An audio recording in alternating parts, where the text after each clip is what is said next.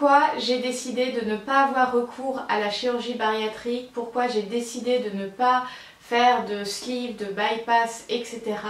C'est la question du jour à laquelle je réponds. Bonjour à tous, je suis Sarah Zerbib, plaisirologue et dealeuse de bien-être.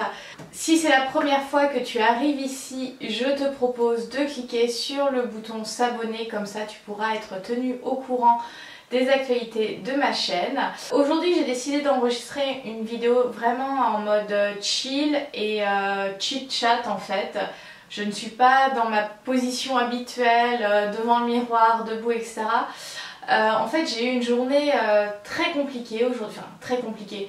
En fait j'ai trouvé les réseaux sociaux aujourd'hui très compliqués et avec tellement de choses autour de la tyrannie des régimes, de certains aliments qui sont des mauvais aliments, des aliments malsains, et je me suis dit finalement que j'allais parler d'un sujet qui est un petit peu controversé. En tout cas moi j'ai un avis assez tranché dessus, déjà par rapport à un choix que j'ai fait personnellement, mais de manière aussi assez globale en tant que professionnelle, ayant travaillé dans le public, dans la santé mentale, etc.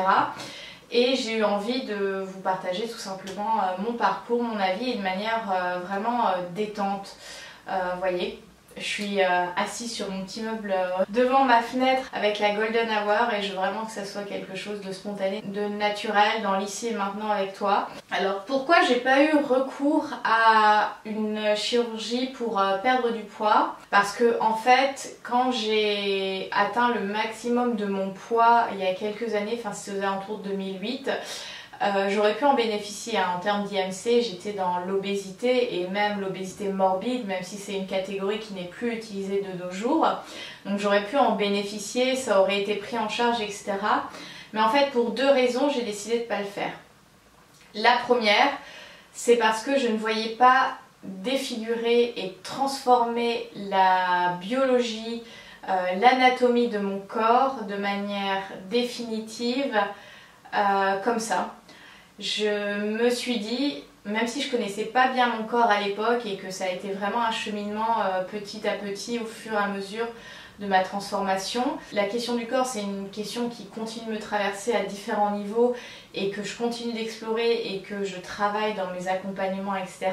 J'ai eu cette pensée que tu es venu au monde avec un certain corps, le corps humain a la même anatomie depuis un petit moment quand même, et tout a un sens, tout a une fonctionnalité, et je me suis dit pourquoi transformer quelque chose qui a été une évolution de la nature et qui jusqu'à maintenant en fait a l'air de bien fonctionner pour la majorité des gens. Alors effectivement il y a des pathologies, il y a des choses que nos sociétés créent aussi en fonction de notre mode de vie, de notre alimentation, etc. Mais en soi, je me suis dit, mais pourquoi transformer ton corps de manière aussi radicale et aussi définitive? Parce que une fois que tu coupes dans les tissus, tu coupes dans les tissus, certes tu cicatrises, mais les organes, ton système digestif n'a plus la même configuration que quand tu es né. Et j'étais pas prête et je ne voulais pas dire au revoir à ce côté naturel de mon corps. Ça a été vraiment la première raison qui a fait que je n'ai pas choisi de faire une chirurgie.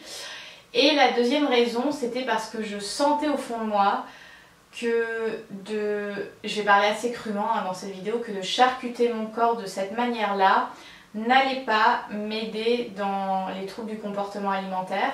Troubles du comportement alimentaire qui sont beaucoup passés sous silence. Comme je le disais dans ma vidéo dédiée à l'hyperphagie, donc moi j'ai été hyperphage pendant quasiment toute mon adolescence et le début de la fac de psycho en plus, hein, c'est un petit peu ironique. Et en fait c'est un trouble du comportement alimentaire qui est très peu diagnostiqué parce que c'est très tabou, c'est très insidieux, c'est beaucoup en cachette, tes crises.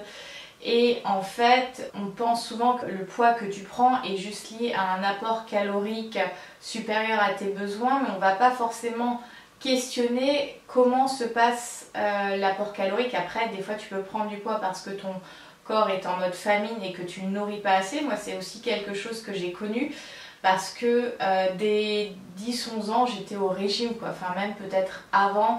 J'ai toujours grandi avec cette idée, il faut faire attention à ce qu'on mange, dans la famille on est gros, on a cette propension au surpoids, à l'obésité, donc il faut faire attention. Mais en fait ça veut dire quoi faire attention? Donc s'il faut faire attention, ça veut dire en plus qu'il y a des dangers, et donc il y a toute l'alimentation qui a revêtu ce côté dangereux qui peut te menacer en fait, alors que l'alimentation au contraire c'est quelque chose qui te nourrit, c'est quelque chose qui contribue à prendre soin de toi, c'est quelque chose qui permet de survivre en fait et de vivre même plus spécifiquement. Et en fait voilà, j'ai eu cette pensée, vraiment cette intime conviction que si j'avais recours à la chirurgie, je ne soignerais pas le fond du problème. Et en fait, je suis quelqu'un, quand je me lance dans quelque chose, j'aime aller au bout. Quand je m'engage, même si des fois tu peux avoir des creux de vague, des moments de démotivation, etc. Je voulais vraiment régler ce problème-là, cette souffrance-là. Et aujourd'hui, comme je le partageais dans l'autre vidéo, ça fait plus de 10 ans que j'ai pas eu une seule crise d'hyperphagie. Et là-dessus, bah déjà, j'en suis super fière. Et en fait, c'est que ces dernières années que je me suis vraiment, que j'ai eu cette prise de conscience en fait de tu as été hyperphage, tu as vécu ces crises-là de manière hyper isolée, dans le secret, pendant plusieurs mois, pendant plusieurs années, etc. C'était des crises qui étaient en fonction des périodes, soit journalières, soit plusieurs fois dans la semaine, et ça se répétait chaque mois, etc.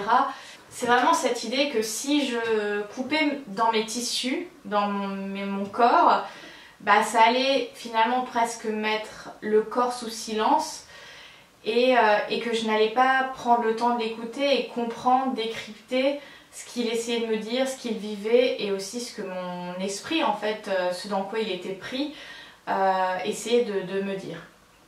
Donc ça a été vraiment pour ces deux raisons que je n'ai pas choisi de faire une chirurgie bariatrique. Après c'est un choix très personnel. Je sais que c'est quelque chose qui est assez courant. Enfin moi je connais plein de personnes qui ont eu recours à des opérations pour les aider à perdre du poids.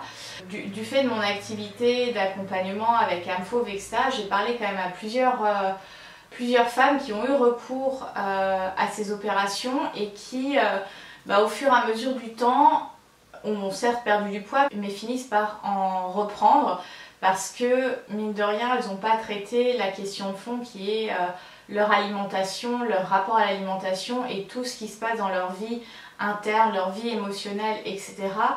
Et du coup oui, l'opération ça peut réussir à travailler sur la partie émergée de l'iceberg, le poids sur la balance, ce chiffre sur la balance, mais ça ne vient pas travailler sur l'intérieur, ce qui se passe dans ton cœur, dans ta tête. Pour moi, c'est une réponse que très partielle à l'équation, et je pense que quand ça nous concerne, on ne devrait pas faire l'économie d'une vraie prise en charge qui est globale, surtout quand ça concerne le corps, parce que quand c'est une question du corps, c'est jamais qu'une question de corps, il y a toujours des répercussions à différents niveaux de qui on est, de comment on s'incarne et de comment on le vit, et ne pas traiter cette question-là, c'est comme si on n'était pas dans la considération de soi-même, et finalement de se laisser de l'espace, parce que finalement on prend de l'espace avec ces kilos, on prend plus de place, et on ne va pas créer plus de place pour parler, extérioriser, verbaliser tout ce qu'on a gardé à l'intérieur et tout ce qu'on a même dévoré, à l'instar de l'exprimer. On a tout gardé, et à un moment c'est qu'est-ce que je fais et comment je m'engage pour laisser respirer mon corps, laisser respirer mes émotions et faire en sorte que j'opère une transformation qui est juste pour moi à tous les niveaux, que ça soit pas juste physique. Parce que moi je peux me dire aujourd'hui que j'ai un rapport apaisé à la nourriture, que je peux avoir du chocolat dans les placards, je peux avoir des chips même, du fromage, etc. Et ces aliments-là, en soi, ils sont pas dangereux. C'était mon rapport avec eux, c'était mon comportement avec ces aliments qui était entre guillemets dangereux, mais c'était pas l'aliment en tant que tel. Et une fois que tu comprends ça, bah ça va déjà beaucoup mieux. Après, il y a des étapes, hein. j'ai pas guéri ça en 3 jours. Je peux me dire aujourd'hui que c'est fini et que j'ai un rapport hyper apaisé avec la nourriture, que je me fais plaisir. Après, c'est pas une question de rentrer dans un IMC. Ton poids idéal, c'est peut-être pas le poids santé selon un barème. Donc c'est aussi être dans ce questionnement avec soi-même de quel est le poids où je me sens bien, où je me sens à ma place, où je me sens à l'aise, où je me sens dans cette harmonie avec moi-même. Donc voilà, c'était un petit peu le témoignage que je voulais vous faire passer de manière très spontanée, très chill, pour justement amener un espace d'échange, de réflexion autour de ce sujet-là, qui concerne quand même beaucoup de personnes. Donc voilà. Si tu le souhaites, tu peux donc t'abonner à la chaîne, liker, commenter la vidéo et même pourquoi pas la partager si tu penses que ça pourrait intéresser des personnes de ton entourage, etc. N'hésite pas également à venir me suivre sur les réseaux sociaux, que ce soit Instagram ou Facebook, pour être dans l'interaction au quotidien avec moi. D'ici là, je te souhaite une très belle soirée. Je te dis à bientôt. Prends soin de toi. Bye!